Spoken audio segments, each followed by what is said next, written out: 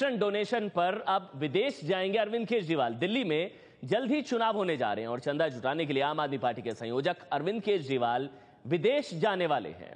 कल ही अरविंद केजरीवाल दुबई के लिए रवाना हो जाएंगे, इसके बाद वो अमेरिका भी जाएंगे। आम आदमी पार्टी को चंदे के लिए विदेश जाने में कुछ भी गलत नजर नहीं आ रहा, लेकिन बीजेपी सवाल पूछ रही है। आम आदमी पार्टी के संयोजक अरविंद केजरीवाल पार्टी फंड के लिए दुबई जा रहे हैं। केजरीवाल 4 दिसंबर को दुबई जाएंगे। उनके दुबई दौरे पर आम आदमी पार्टी के सांसद भगवंत मान भी उनके साथ जा सकते हैं। वहाँ अरविंद को बहुत दिनों से लोग बुला रहे हैं। इसी बीच में एक संस्था है जो अरविंद का सम्मान करना चाहती है वहाँ, इस पूरे राजनीति को लेकर और जिस तरह की नई सोच अरविंद लेके आए राजनीति में। तो दुबई में एक सम्मान समारोह है और उसके बाद में कुछ भारतीयों से मिलेंगे। निश्चित रूप से उनको इंस्पायर करेंगे चंदे के लिए भी और इसके अलावा बाकी एक्टिविटीज के लिए भी।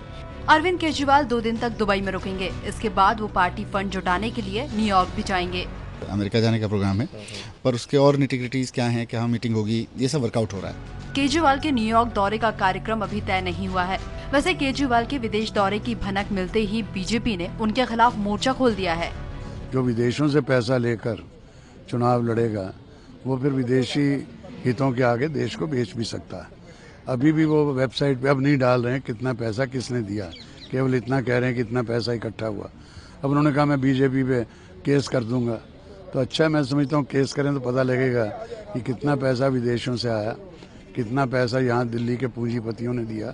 ये लोग धमकी देने की कोशिश कर रहे हैं कि इनकम टैक्स की जांच कराएं। अरे कराओ, सबकी जांच कराओ, हमारी सारी जांच कराओ, हमारी इनकम टैक्स अपनी भी तो जांच कराओ।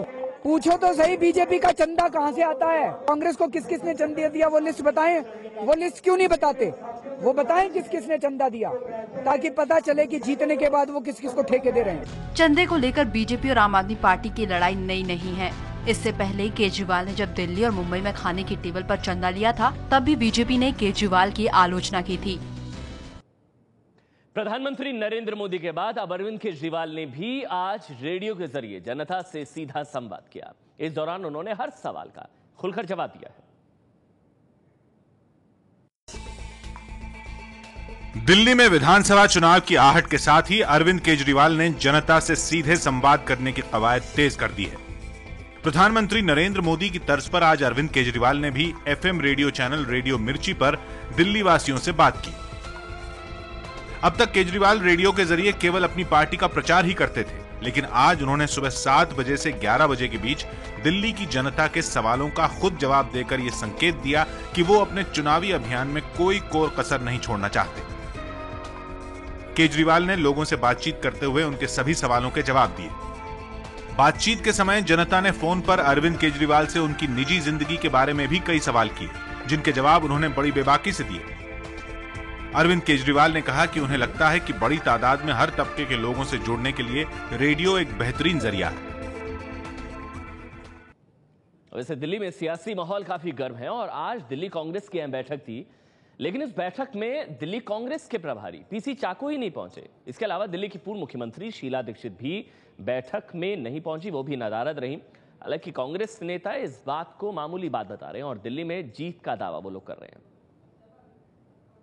दिल्ली में कांग्रेस चुनाव की तैयारियों के लिए कमर कस रही है। दिल्ली कांग्रेस के नए प्रभारी पीसी चाको, जिनके नेतृत्व में एक मीटिंग कॉल की गई थी दिल्ली कांग्रेस के तमाम नेताओं की, हैरानी की बात यह कि खुद प्रभारी उस मीटिंग में नहीं पहुंचे। हमारे साथ प्रदेश अध्यक्ष हैं दिल्ली कांग्रेस के। सर, ये क्या खाना पूर्ति चल रही है तैयारियों के नाम पे? देखिए, आप पहले तो आपको खबरें कौन देता है मुझे मालूम नहीं। ये आप कह रहे हैं कि जो है जनाधार से घबराई हुई, और पीसी चाको जी के नेतृत्व में, नेतृत्व हमेशा स्टेट लीडरशिप का होता है। चाको जी केवल हमारे इंचार्ज हैं और वो एआईसीसी से संबंधित जो चीजें वो करेंगे। आज उनको बुलाया ही नहीं गया तो उनके आने या नहीं आने का सवाल ही नहीं पैदा होता। आज केवल और केवल दिल्ली की लीडरशिप की बैठक थी। हमारे तमाम जो पूर्व अध्यक्ष हैं उनको आमंत्रित किया गया था, एक्स एमपीज को किया गया था, और एमएलए और काउंसलर का जो चुनाव लड़े उनको। तो दिल्ली की लीडरशिप को दिल्ली का चुनाव लड़ना है। हम भारतीय जनता पार्टी नहीं है जो एक तरफ मोदी वेव की बात कर रहे हैं, दूसरी तरफ 300 से ज्यादा एमपीज उतार रहे हैं। अगर मोदी वेव है तो एमपीज को किस लिए उतार रहे हो? इसका मतलब ये है कि उनको अपने प्रदेश के नेतृत्व पे विश्वास नहीं है। दिल्ली में पूर्णता चुनाव जो है वो दिल्ली के कांग्रेस जन लड़ेंगे और जिस तरीके से दिल्ली के लोगों को गुमराह कर रहे हैं उसके खिलाफ जो है दिल्ली की कांग्रेस जो है सड़कों पर उतरेगी। वो जी केवल हमारे इंचार्ज हैं और वो AICC से संबंधित जो चीजें वो करेंगे। आज उनको बुलाया ही नहीं गया तो उनके आने या नहीं आने का सवाल ही नहीं पैदा होता।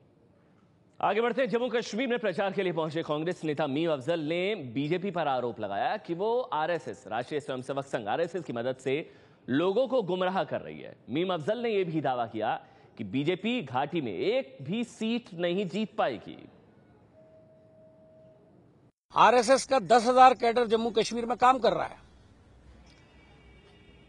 दिल्ली और आसपास के इलाकों से और खासतौर पे राजस्थान के इलाकों से दाढ़ी वाले मौलवियों को यहां भेजा जा रहा है।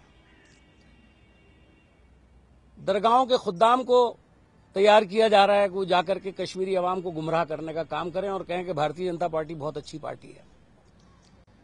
लेकिन मैं जानता हूं कि उनकी कोई तरकीब चलने वाली नहीं है।